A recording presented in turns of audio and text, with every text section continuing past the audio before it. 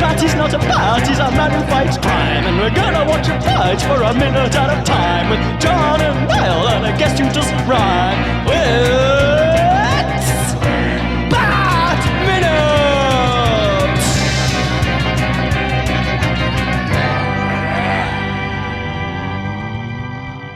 Attention, citizens of fair Gotham, and welcome back to Bat Minute Forever, the show that comes to you twixt sleep and wake from the beyond. I am one of your hosts, John. I thought you were going to say your second name there. No, I thought I'd mix it up. I'm keeping people on their toes. Oh, and I am already repressing the memory of this project and co-host Niall McGowan. Didn't that start week one? That was the thing, too. I have to look us up now, because isn't there a movie you said? I thought it was odd you saying Twixt there, John, and I was like, wasn't Val Kilmer in a movie called Twixt? I think that wasn't a reference. I was quoting Garth Marenghi's Dark Place. Yeah, I think it was a Francis Ford Coppola movie. Yeah, Twixt with 2011 with Val Kilmer, Bruce Dern, Elle Fanning, and Ben Chaplin. There you go. Well, what I actually meant, Niall, was I referenced that. Oh. So, impeccably done, John. Well, joining us again as well, we have our wonderful guests. We have Alyson Grimm and Robert E.G. Black. Hello. Hello. Hey. See, I'm mixing it up. Now I'm introducing both guests at once. Oh, my God, you're crazy. This guy's crazy. I'm a wild man. Wild card. But anyway, this is minute 63. I have to say, I'm disappointed and offended that you didn't have me on for minute 69. Oh God, what is minute 69? I don't know what minute 69 is, actually. I'm going to jump ahead and do a spoiler. Let's see. Minute 69 is the neon fight. Oh, man. Oh. I just want to say nice. Oh, nice. Oh, my God.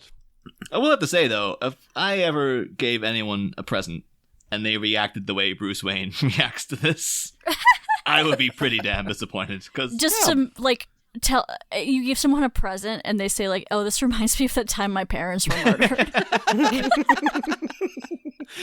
I know, it's weird. It is weird. I mean, on one hand, why is she giving him a present? They haven't had any positive interactions thus far. Why is he at her apartment?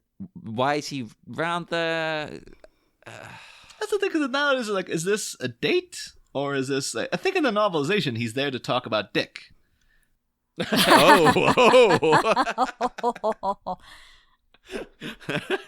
I'm sure he is there to talk about that. But yeah, this is now. It's like, so, and it took me a while too. It's like, is this Chase's office again, or is it her apartment now? Or like, why is he hanging out here? It's a church loft, is what it is. See, I always thought it was the office, but I don't think it is. Now that you've brought it up, Robert, I think this looks different. Well, there's that the interior design is really interesting. Like I noticed the face that's like painted over the door. Yeah. Like, is this her house, her castle? Like, what is this room? Her lair. She's only been here lair. a couple of 2 weeks or something. So if she painted that on herself, just getting to rent this apartment, or is that just there all the time? Like, you come in, it's like, yeah, there's a big weird friggin' painting over the door. It's just bizarre. She's like, is she a psychiatrist, or like, what's her deal? She's a psychologist. Yeah. Maybe like that's her office or something. If she has patients in this room, that'd be weird. Staring at the murals. Yeah. Oh, yeah. It unsettles them. But this thing, the big mural on her wall here reminded me weirdly of two things. One, it reminded me of Grissom's office from the first movie. Because remember, we were just saying, like, yeah, Carl Grissom's office. He's just got these big paintings all over his wall and stuff, which made me really hope, like, oh, it'd be great if Chase Meridian actually moved into Carl Grissom's old place. And it turns out like his spirit haunts the hallways.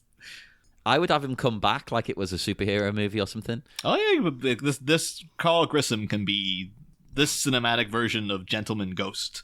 Like, he just appears, Bruce is lying in Chase's bed, and he just hears whispered, "You're my number one guy."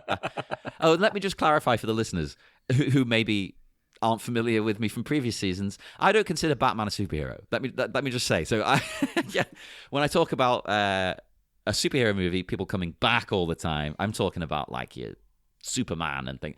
Batman's a detective who's rich. Oh, yeah, he just has a bunch of money and cosplays. Yeah, he's not a superhero. He's a hero, you could argue. He's not super. I mean, he's super to me, but in my heart. But yeah, I thought Grissom could walk in, just like Mr. Wayne. It's like, oh my God! It's like, God, Grissom, I thought you were dead. I was. And then that can be what we were saying, how we think Chase should be a plant who's actually trying to get to Bruce. Well, that was the other thing that this weirdly reminded me of as well. It was one thing I've seen popped up several times from, of all people, Mark Hamill. He said he's had conversations with Joel Schumacher, and Schumacher apparently has claimed to Mark Hamill that the major influence for the aesthetic of Batman Forever, and a thing that he rewatched over and over again to take inspiration from, was an episode of the early 90s version of The Flash. Specifically the episode Trial of the Trickster, which of course stars Mark Hamill as the Trickster. I went and watched that episode to see and yeah, you can get that. There's like, it's very, I think all of that version of The Flash is very colorful and has that very consistent aesthetic. You can see things like, the golden hues of daytime Gotham or dusky Gotham are very evident in that episode of The Flash. And yeah, there's a bit where during the trial of the Trickster, there's a big weird mural just painted behind the judge that kind of reminded me of the thing on Chase's wall as well. So I was like, I wonder if that's what he's taking the ideas from. And even the outfit of the Trickster in it, like particularly the Riddler towards the end when he has the big crazy hair and stuff, that looks very consistent with that. But the thing I really took away from that episode was, particularly too, because we keep saying throughout the season, wouldn't it have been more interesting if Chase Meridian was a villain and she turned into like the Batman equivalent of Harley Quinn. But in that episode of The Flash, and this is pre, the Batman animated series, this is pre Mark Hamill being the Joker, where he plays the Trickster, who's a character who's very similar to the Joker. The whole thing is that as he's on trial, there's a woman who's absolutely obsessed with him, like really to the point of fetishistically obsessed with the Trickster, much like Chase Meridian is obsessed with Batman. And she's played by Corinne Bohrer, who most people would definitely remember from Police Academy 4. She was Zed's girlfriend. I definitely remember her. I always had a thing for her back in the day. Oh, of course. I remember all of the Police Academy movies now, not just one and Mission to Moscow. Of course, you remember Zed had a girlfriend in one, and there was like this, it was a pretty cute woman called Corinne Bohrer. And she played Prank, who then became the Trickster's girlfriend. So Mark Hamill is playing a very clownish, outlandish villain who has a girlfriend who's insanely devoted to him, and he does nothing but constantly abuse. Does that sound like anyone who might become quite popular in recent years? No. Oh, Luke Skywalker. Yes, exactly. Prank was the original Luke Skywalker. No, it's bizarre because not only Joel Schumacher saying he got the Trial of the Trickster influenced Batman Forever. Friggin' Harley Quinn as a whole character seems to be lifted wholesale from that episode, and nobody's saying anything about it. That's crazy. So that episode predated Harley Quinn in the animated series? Yeah. Oh. I think the animated series started in 92, and that episode is like 1990. The weirder thing about it is the fact that like Mark Hamill plays the Trickster very different from the Joker. Like he's still crazy and stuff, but he doesn't have the voice or anything. That default Mark Hamill voice that he has for every role that he plays now. That he does in Dark Crystal. Yeah. Apparently just cast today as Skeletor in the Kevin Smith version of He-Man, which I'm very excited about. That's perfect, but he's going to do the same voice. It's going to be the same, yeah. You think you can get past me, He-Man? And I have no problem with that. That's an amazing cast. So Kevin Conroy's actually in friggin' Batman himself playing Merman. And Cersei Lannister's playing Evil Lynn. Like, I'm very excited. Oh, cool. Knowing Kevin Smith, though, he's going to mess it up at some point. Because, for sure. But in theory, I'm all over this thing. But yeah, so I thought that was quite that was an eye-opener to me about the whole Harley Quinn thing. But then, seeing that there are, you can see certain visual connections between that episode and, this entire film and stuff. Although it's just weird that like Joel Schumacher's never said this. Mark Hamill's just saying that he told them this. So yeah, he's trustworthy. Mark Hamill, yeah. Oh yeah. He's never lied to us that we know of. But yeah, so then Chase approaches Bruce and they start chit-chatting about Bruce in general. It's kind of weird that, like, I guess though this is how the rich stay rich. He instantly turns us into like a psychiatric session. Free therapy. His dead parents. Although then he makes it difficult because he keeps walking away from her. He's in so much pain. He doesn't want her to see his face. Like you said, Chase approaches him. Like, yeah, she approaches him like 4 times. Yeah. That's been great though. Like as soon as he starts talking about his problems, she just like punches a little button on her watch. She's like, "All right, I'm on the clock, I guess." And she just hands him like a bill for it at the end. Just like, "Here you go. You can pay this when you're ready." Yeah. That's like Bruce's plan from the start. Just like, there's a psychiatrist in town who fancies Batman. Maybe I can get some free therapy out of this. Like, this would be, if I just hook up with her, then there you go. That's all my problems solved. And she's trying to find out who Batman is so she can hook up with him because she knows he's got to be messed up, right? I can make a fortune off him. But yeah, so then Bruce wanders out to the balcony. He starts talking about, like, his dreams have started coming to him in the daytime now. He, like, has flashes of his parents' murders in his dream.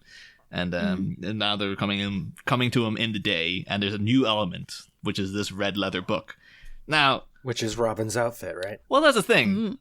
You two, as people who like are just coming to this as a movie, just as it is presented. Like, I'm kind of tainted now because I know what the red book's about and whatnot, and the various things they cut out. What do you take away from this red book being in the finished film? Right, because the scene of him finding the book isn't in the movie, right? Well, it's the significance of I read about it. I can't remember if it's in there. No, that's the thing. It's like, what do you think? Well, at the end of this film, you're just like, oh, so Bruce he found a red book that was his father's journal, and it was the last thing he ever was going to have of him, and he fell in a cave and he saw a bat, and that's the end of. But the whole thing of the red leather book is so integral to what the whole film's supposed to be about in the original script. And then they don't explain it. Yeah. It's just a metaphor. He imagines red leather, and what's Robin wear later? Red leather. Oh, Red leather. It's a kink thing. Look. They could say there's signifiers even in this minute. Like, just cut the word book and we're good. but you just got even Chase is coming out in like a kind of deep burgundy dress, like very pronounced red lipstick and stuff. It's like, is it all setting them off? She's so like femme fatale. I love her look. Yeah. Kind of like a sort of gingery hair color or red well, she's hair. got like she's got like the Veronica Lake hair going on. I think that's specifically what they were. Cause this is like, I was supposed to. I was shocked to find like, it's a wig that she's wearing. They specifically designed it to make it look like Veronica Lake. Because we see Nicole Kidman promoting the movie, she's got that huge mane of frizzy Nicole Kidman hair. Yeah. It's like, how the hell did they hide that under this wig? But then, you see Bruce walks his way back into the apartment, and we start getting into some psychoanalysis of repressed memories and whatnot. Well, it's interesting, this bit, because first off, am I just misremembering? How does she know his parents have died? Like, did she know it already? Has it come up before? She's from out of town, remember? Do you know the private lives of rich people from other towns? You don't? No, exactly. No. I wouldn't know if their parents had died years and years and years and years ago. If this isn't continuity with 89, like Alexander Knox, like a journalist working within Gotham City, didn't know Bruce Wayne's parents had been murdered, even though you think it's like a big deal. And somehow she knows, but maybe he's mentioned it to her in passing. I could be misremembering, or it's just off camera. I know it says it's in this minute. He says they were like, my parents were murdered, and she just kind of stands there like, oh, this is a bit of a bomb to drop on me. Yeah, but I think she seems to know that. From her reaction, it just seems like, yes, of course, yes. This is her usual first date. Yeah.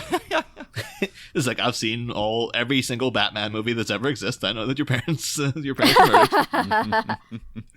Well, she gave him the doll. She knows something is going to come out of, and it's like, my parents were murdered. She's like, yeah, that makes sense. Yeah, Perfect. That's what I was hoping for. Everyone tells her something horrible when she gives him the doll. I was hoping for. The doll draws out the worst thing that's ever happened to you. Maybe that's what we've been blaming Bruce Wayne for trying to get free therapy. Maybe it's Chase Meridians is like, I can clock this guy.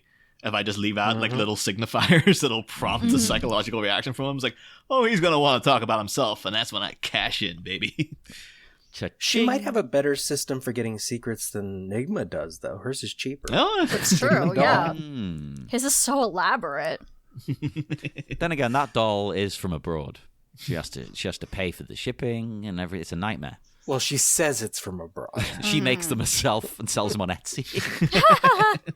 It's like, I'm trying to make this a thing. I've got like 50 cases of them in the back there. Hey, I'd buy one if it was on Etsy. They have them online. I'm sure These they're. dolls. Yeah. Someone will have made I tried one. looking up if it was based on a real thing, and all I could find is people talking about wanting this doll. Yeah, same. Oh my god. I thought it was real. Turns out, no. It's based on real things, but it's not an actual. It turns out you were just Googling real doll the entire time. I mean, I do that anyway. That's like twice a week I'm on there. Like, Yeah. when I Just, can afford John, it. you rent all the time. Just buy the damn thing, man. Just like, it's like, It's a real Oh. I almost spit water all over my microphone. You have to clean it and send it. Oh, but, I'm just thinking about a rented. Oh my god. You know, it's like Blockbuster where they made you rewind the tape. It's like you have to give this a wipe and. but that's the thing though, because we've mentioned a little bit about the reputation of one Val Kilmer, and now that Chase is getting into some actual psychoanalysis of Bruce Wayne, one memorable quote from Joel Schumacher that came out just last year is that he said in an interview in Vulture, "I never said Val Kilmer was difficult to work with. I said he was psychotic." Two totally different things. Which also, and people ask him like, "Well, what was the deal with him?" Because we've been trying to trace the entire time what exactly happened on the set of Batman Forever that caused so much trouble. And there's sort of here back and forth, and there's stories from other films Batman or Val Kilmer was on. After he was essentially fired from Batman, if he wasn't brought back for Batman and Robin, Entertainment Weekly did a feature in 1996 about what exactly happened with Val Kilmer. Through that, there's a couple of random little stories that do not make Val come across well at all. Weird enough, there's a quote from his brother, who is a doctoral student, or was back in 96, a doctoral student of psychology, who says, "We all have grandiose narcissistic tendencies. If people help them along, it's hard to resist." And at this point, he hadn't spoken to his brother in over 3 years. I think the last time he spoke to him was at their father's funeral, so God knows what's going on within the Kilmer family there of bad blood and whatnot. Hopefully they made it up in recent years. But yeah, so basically you do get a couple of little tidbits from the set of Batman Forever about exactly what happened with Joel and Val. Oh, I'm excited. Entertainment Weekly says, Kilmer's behavior had eroded to the point where Schumacher says he and Kilmer had a physical pushing match.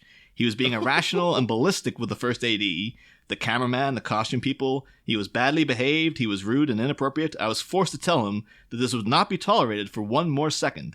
Then we had 2 weeks where he did not speak to me, but it was bliss.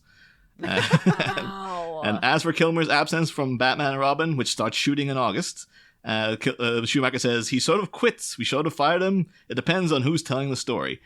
Well, one of the other things is like they have a bunch of different stories. Like apparently at one point on The Real McCoy, which was a thing he made with Kim Basinger, he asked the director to change a scene to his exact specifications, and the director was like, "No, go screw yourself." And Val Kilmer then took the gun he had filled with blanks and started shooting them at a car out of frustration and whatnot. Because and then one of the other ones, because we mentioned in the week earlier in the first episode there, Alyson, the Island of Dr. Moreau, where he, of course, many problems with. Oh my God, yeah. But one of the big ones, which is like, oh, you can't walk back from this, was that Val Kilmer put out a cigarette on a camera operator.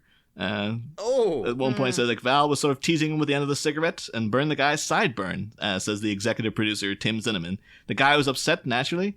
But one who witnessed the incident had a different opinion. He burned that cameraman right on his face, and no, he wasn't fooling around. It was intentional, but he did apologize to the crew.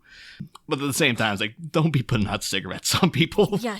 No, that's not cool, man. Of course, yeah, that was the whole thing in the Island of Dr. Moreau, where Val Kilmer vindictively and deliberately got Richard Stanley, the original director, fired because he just didn't like him. Wouldn't show up to sets. Apparently, Richard Stanley was told, like, because they lost the first 2 days of filming, because Val Kilmer just didn't show up. And he was told by Val's agents, like, oh, every film loses the first 2 days of filming because Val doesn't show up. He's just that kind of guy. Oh, no. Apparently, though, at the end, when they... Because on the island of Dr. Moreau, Richard Stanley snuck back on the set dressed as one of the extras and revealed himself at the end of the shoot. Apparently, Val Kilmer came over and was hugging and kissing him and just constantly apologizing for how bad he was and stuff. And people then have said in that same article afterwards, they're saying, because at that point he was working on The Saint and Heat with Michael Mann. And Michael Mann and the director of The Saint both are like, Val Kilmer, lovely fella. Had absolutely no problems with him whatsoever. So Did he have like any problem, like drink or anything like that? it never indicates so. He just seems to be like, it could be that he's just a bit mentally unwell. Maybe he just has a sort of kind of a bipolar thing or something, whereas some people, sometimes he just goes off on people, and sometimes he's a perfectly nice person. That's what I'm He thinking. needs a like- dream warden. Oh, yes. Does he still work? Like in Hollywood, I haven't heard of him doing anything for a long time. Well, at the minute he has throat cancer, so that's he speaks with one of those little voice boxes and stuff. He's I didn't know that. It's a shame. he was in Jay and Silent Bob reboot actually as Blunt Man. Because the whole thing is like, oh, you don't have to speak for Blunt Man, so he's just standing there silently the whole time. Very awkward, weird scene because they've clearly shot it with everyone's in different rooms, and they're not. At no point were these people on the same set. It's like him, Melissa Benoist, and was it Cheech or Tommy Chong, I think. And it's just like, yeah, the three of them were clearly like Kevin Smith shot this with them separately on different sound stages and then stitched it all together. It's very, very awkward looking, but. That's Kev Smith. He's gonna nail Masters of the Universe, though. Don't you worry about it. He'll be perfectly fine. I just like the way you've decided he's called Kev. That's very English. But yeah, so there's a couple of more. I'm sure before the end of the season there'll be even more stories about the difficulties of Val Kilmer. But yeah, apparently not a nice, pleasant person to work for, unfortunately. So It's such a shame because I remember back when I think it was in episode 1. I didn't know that because I was like, oh, Val seems like a really nice person. And you're like, whoa, well, I've got something to tell you. And it ruined him. Yeah. God damn it. I always liked Val before. I'm talking about things, though, that look a bit off. The backdrop out of Chase's window really just looks completely fake. Like, it looks What like... What are you suggesting? Maybe this was not shot at her actual apartment. I think they maybe faked this on a set. It looks almost like the friggin' sets from like the cabinet of Dr. Caligari or something. It's so weird looking. A little, yeah. Oh, that's cool. So no, that was Tim Burton's version of the Penguin was based pretty much entirely on the character of Dr. Caligari. I guess that kind of works for the aesthetic of this whole Batman series. But Totally. Perfect. Yeah. I was also, this is very minor, I was taken when he's standing there talking side on. His hair is flopping in the breeze. It was lovely. John, a little bit at the front. I can tell, as a man who lost his hair before you did, you'll get past this stage, okay? I know you look at any flopping hair and you're like, oh, look at it go. Memories. No, look at that. That's flopping all over the place. And now you used to have a big quiff, kind of a bouffanty thing, you know. Yeah. I got myself a dream warden, John. I don't dream about that hair anymore. It's all gone. No. In fact, he says, speaking of dreams, my dreams are coming to me when I'm awake now. And this is quite a revelation. Like, he definitely needs help. That's a serious thing. I looked it up, and there are various ways that can happen. And the article here says, aside from narcolepsy, I'm going to mispronounce this probably, hypnagogic hallucinations may be caused by Parkinson's disease or schizophrenia. Ooh. Oh, really? I mean, schizophrenia. Bruce Wayne. There you go. There you go. That totally works. Yeah. It says sleepwalking, nightmares, sleep paralysis, and similar experiences are known as parasomnia. Slightly different. And they don't really have a known cause, but they run in families, which I also didn't know. That's interesting. It just kind of reminded me of like the one good thing in that Nightmare on Elm Street remake, where they had the whole thing of, because they're staying awake so long, that they have like kind of micro naps when they're awake. Oh, yeah. So then Freddy can just jump out of anywhere. And that was the one thing that was like, that's a good idea. And then That'd be good in a proper movie. Yeah. But it was just like, you had that one good idea. That's no excuse to remake A Nightmare on Elm Street, though. That's the one thing they came up with to justify the reboot. Yes, like, yes. I don't know. But I've got another article that says here, hypnagogia, also referred to as hypnagogic hallucinations, is the experience of the transitional state from wakefulness to sleep. See, I didn't know that had a term. I always thought, there is like a weird thing when you're kind of asleep, but you're kind of awake. You're between. It's like a Sunday morning. Would you describe that condition as the meridian to sleep? Oh. There we go. Joel Schumacher knew all of this. He's planting all this stuff down there, John. So many layers. So many layers. He actually had a plan for this movie? I've become the ultimate Joel Schumacher apologist because You have. the amount of things, background details. I'm like, he must have intentionally put that there because I've read way too much into it, and there's no way that that's accidental. But even in the director's commentary, Joel Schumacher he looks at that mural and he's like, "We just put that there just to have something to look at." No reason. Just thought it looked cool. Doesn't mean anything. It's just there. It's just more interesting than a blank wall. It's like, Joel, dude, I'm on your side. What are you doing? You're killing me over here. Those You have to previous give my life symptoms- meaning. Those previous symptoms I mentioned as well, they happen in this phase where you're like half asleep, half awake, the transitional state. And I was wondering, another one it mentions here in this article that wasn't mentioned in the other one is lucid dreaming. Yes. And I was wondering, can any of you do that? Because 90% of the time I remember a dream, I have full control over the entire thing. Huh. And I can just change it Wow. on a whim. I wish. Which doesn't seem weird to me, and I didn't know that was a thing for years. I thought that was perfectly normal, yes. I can very rarely. I can't really induce it in myself. And even when I know that I'm doing it, it feels like I'm making the choices, but it doesn't feel like I'm consciously choosing, if that makes any sense. I wish I Kinda could. I'm aware that I'm dreaming, and I'm going to go along with it. Although it's really nice for me just to be able to sleep and not have to make decisions. So maybe that's Yeah, I'm just like, true. consciously suppressing the ability. That's probably why I never feel rested. It's because I'm too busy doing that. God damn it. Yeah.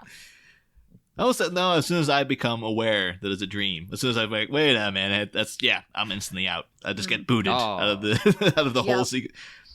I think once I realized no. I could have some form of power, then it's just like, oh, no, I can't allow you to have this power. Oh, no, we can't do that. It's too much power for one man. And the problem is, it also, of course, mentioned sleep paralysis. And when I was a kid, I would have that all the time. I haven't had it since I was like 10. But between the ages of like 6 and 10, I was just constant. It was bloody horrible. Yeah. I bet it's terrifying. Yeah, especially for a child, because you don't know you don't know what it is. If it happened now, I'd be like, oh god, sleep paralysis. That doesn't make the experience any better, though, I imagine. No. But yeah, if you're a child and you think you're actually seeing something, Ugh. cool. But then, of course, we got the Chase Meridian's kettle goes off there. And I thought this would be a nice opportunity to visit a game we've not had since the first season, John. I know what's coming. It's like, what kind of caffeinated beverage does Dr. Chase Meridian drink? So I have to say, my initial thinking, I was like, she strikes me as the type who likes a nice, strong, bitter, black coffee. Like knowing that she's 100%. Knowing that she's into Batman as much too, is like she wants to taste it. I don't know. She seems like she's the kind of pretentious who's going to come back with like the matcha with the whisk, you know? Oh, okay. I was leaning to Niles because I think she's kind of strong and tough, and she works hard. She plays hard. You wouldn't put a kettle on for coffee, though. I mean, this was like 1995 before pour over really became a thing. Hey, no. You're talking to people in Britain, right? The kettle goes off everything. Like here, this is the normal way to make coffee, is with a kettle. And we don't have kettles on the damn stove, let me tell you. You have electric kettles. Yeah, I haven't. In my lifetime, I've never seen one of those kettles. I've had mutual friend of the show, Dave Upson, the guy who made us the Vichyssoise last season. He, at one point, thought it would be like, oh, this would be cool. I'll buy one of those old-style kettles. Worst decision of his life. He absolutely despised it because he's like, it takes so long. It's just like you're sitting there for like 15 minutes waiting for that damn thing to reach the boil point. Well, that's another thing. I mean, I have proper coffee, but most people in the UK just have instant coffee. So you just boil the kettle, takes like a minute, pour it on, bam, done. I mean, it's probably like a brewer, like a Mr. Coffee or something in Chase's. So like if she's making coffee, she like a French press thing. No, like a coffee machine. Do you not have those? No, we don't have those. Will that be making the whistling sound though? Of a no, only the teapot would be. That's Yeah, we don't have those. I don't know. I think I saw that you could buy one once and was like, that's weird. But what about Bruce Wayne though? Because I remember the Michael Keaton Bruce Wayne. I remember, John, you were saying he would be an Assam man. I believed he would drink an Assam tea. Yeah. And I think I meant with green tea because it was just like, well, as we know from that movie, he's been to Japan, so he probably got a taste of it there. But this Bruce Wayne, I don't know. I think because Val Kilmer plays him so kind of dead. I think that, like he might also share Chase Meridian's love of black coffee, but not for the taste. I think he's an espresso man. Yeah, his is more just fuel to keep him going. Which I guess because we had the whole thing with Edward Nygma too, where we're talking about his coffee way back in his office. That was like some sort of like Turkish thing, wasn't it? He had a weird kettle in the back of it looked like a weird kettle in the back of the office. So I guess that would tie the three of them together if they were all like hard black coffee drinkers, but they're just like for different reasons. Like Edward just needs the energy. And well, this Bruce is suave. He's cool. He pulls off that turtleneck. Yeah, you know, he clearly is someone. He drinks espresso. He goes and buys some French bread. He meets in brasseries at dawn. I think thankfully George Clooney has already, through his Nespresso sponsorship, we know what his Bruce Wayne drinks anyway. Batspresso. Oh, why? That could have been a product if they should have done that. If he had been doing the Nespresso thing at the time, a Batman-themed George Clooney promoted espresso. Oh. Because when you think of Batman, you think of espresso. Like it's marketing espresso to children. Hey, people will remember from like last summer, I think it was, as of recording, in the group on Facebook, I posted from Asda, the supermarket down the road. They have Batman-themed beef burgers. Yeah. You know. But you can give beef burgers to kids, though. You can't give the kids espresso. I mean, I'd give, you can. You can. I would. I don't have kids, so yeah, I'll give a kid espresso. I don't have to. Yeah, someone else's problem. The kid you abducted in your Batmobile and brought to your cave. Oh, right. Oh, yeah, but he's like 30, so it's fine. That's just this one's 30. This is the Frank Miller Batman. Just like, what am I going to drink down here? Bruce just like, a drink will present itself, and then Dick Grayson finding the espresso machine. He put some guano in the espresso machine. Guess I better drink my own piss. Do you guys know about that English guy who? What do you call him, Niall? It's Bear Grylls. Yeah, Bear Grylls. Yeah, that's who I was mentioning. Yeah. Oh, that is okay. That's what I was referencing. Who just constantly drinks his own urine for no reason. Oh, an espresso machine? Better drink my own piss. Yeah. But anyway, I think we're kind of at the end of this minute. All right. Anyone have any just specific notes about it? Just one note on her drink. Okay. I think it's funny because on IMDb, I think it listed as a mistake that she makes tea so fast. But in the script, she is explicitly making instant coffee. Oh, instant coffee. Oh, so... Yeah, she actually mentions it. Oh. In the script. That is a complete lack of respect for Chase Meridian now. Like, instant... So we had this whole conversation, like, guessing what it was, and this asshole just knows what it is the whole time. You knew! That's why I was being quiet. You made fools of us. See, I don't buy it. She's not an instant coffee drinker. She's got something fancy to do the coffee. She has a French press. Or what's that newfangled thing? An AeroPress. Yeah. That like makes it in seconds or something crazy. I can't imagine giving a millionaire instant coffee too. Like, I guess like what's this trash? Yeah, Bruce would be like, I guess I'm slumming it now. Like, Jesus Christ, Nescafe, get out of here. This is what the pores have. Okay. I was just gonna say, I'm sorry, Chase. I didn't realize you were one of the pores. Oh, yeah. He won't sleep with her now. He's like, oh, no. Oh, No, actually, weird enough, in the novelization, she's making macaroni and cheese at this point. Like, That's much less classy. Yeah. Come on. and weirdly, again, in the novelization, minor notes, apparently it notes that Chase Meridian lives in 249 Robinson Road, which I guess is it's a nod to Robin. Robin and Jerry Robinson, the guy who co-created Robin and the Joker and whatnot. So Yeah. a little tip of the hat to those guys. Amazing.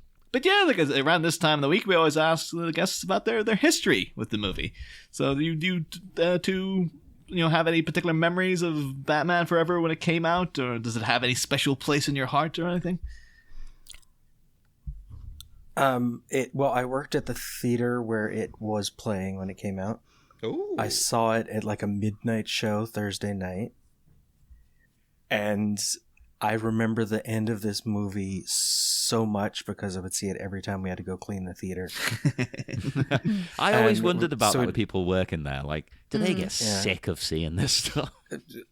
Well, it was okay because you get to see Chase falling down the thing and her dress flies up. And that's cool. And then Oh. whatever ushers were in there, if the audience was gone, we'd start singing along with Kiss from a Rose while we were like sweeping up. So that was fun. Yes. How could you not? Exactly. But yeah, Alyson, do you have any memories of Batman Forever, or is it just like yeah? I mean, yeah, I liked it. I was like 9 or 10 when it came out, so I was the prime age to be really into this movie. Yeah, I enjoyed it. I feel like I liked it when I was in high school as well, and like first got into comic books.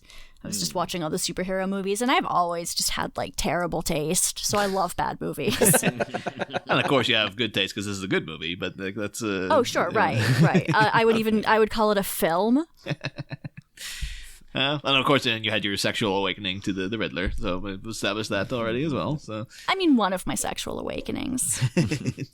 He's quite. You could imagine a kind of non-binary, gender-neutral Oh, Riddler. for sure. Oh, yeah, absolutely. Because he's rocking that NB haircut. Look at it. Yeah. Danny Lennox, yeah. Yeah. That's cool. I want that now for a new Riddler. I thought you just like, I want that now for my new haircut. It's like, John, I keep telling you, it's not coming back. Stop it. I had that exact colour once and it was lovely. But yeah, I'm good to go then. If you're old Batman Forever out. Yeah, bye everyone. Bye. No, hang on. We'll All right, do a proper peace. wrap-up. Peace out. Deuces. But no, would you both like to tell our listeners where they can get in touch with you or find work you've done or anything you want to plug? Plug something stupid, whatever you want. Alyson, you can go first this time. All right. I was on a whole bunch of episodes of Mean Girls Minute with Liz Whitaker, and we did a couple episodes of the podcast Dave Made a Minute, including Minute 55, which is our magnum opus, the greatest thing the two of us have ever done together. I would recommend you listen to that. And now I got to recommend you listen to all of Dave Made a Minute because Well, I was the yeah. host of that to put everyone together. Yeah. And it was amazing it because was a great Niall and John movie, were in there too. too, and lots of other podcasters. And it was great. That was a really fun project. It was great, I'm glad you did especially because that. I had no idea it even existed. And as soon as I watched the clips, I was like, Did you watch the movie? Amazing. I haven't yet. It was so good. I have it Yeah, it was a ready great to go. discovery. It's a genuinely really good movie. Like, it's Yeah. it's No, but bizarre, but it's great. Yeah. Yes. Niall knows me, right? I've got it ready to go and have since then. But who knows when it's actually going to be put on? I've got movies that have been sat there for 2 years. So, I feel that. Oh. Things happen. But yes, we will now do the ceremonial tossing of the coin.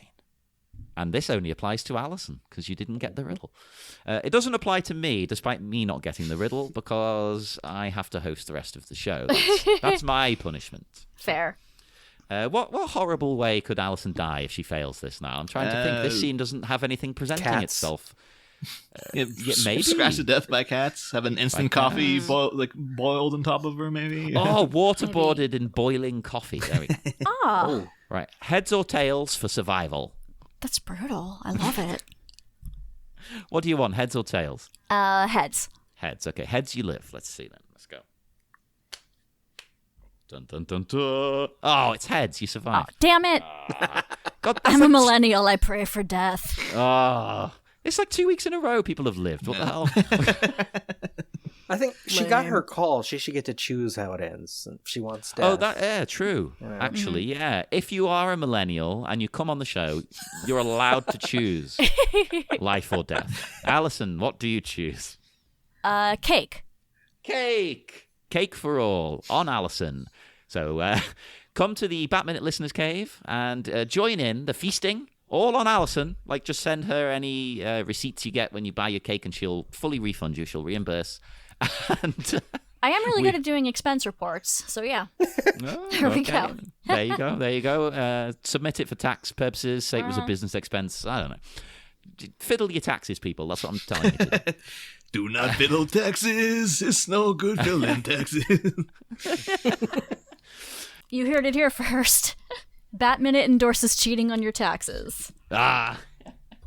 It's much harder to do that in the UK, where unless you're Niall, your taxes are all automatic. You're not involved in them. But Niall, being self-employed, has to actually do them like an American. It's the looming shadow over every January. Like, oh God, let's go do my taxes again. It's always the easiest thing in the world when you do it, but there's just this constant dread because I've been put through a credit check before, where it's just been a nightmare. So, whereas I don't ever have to think about it ever in my life, or care about it, or even look at it. I don't know how it works. I have no clue.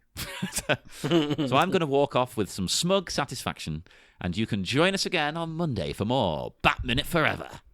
Next time, an avalanche of articles. Chase canters off for a fine cup of joe, and Bruce is bat-blocked by his own alter ego. But with her eyes wide shut to the man or men in this session, can Chase save face with the Dark Knight dissection? Find out next week. Same Bat Pod, different Bat Minute.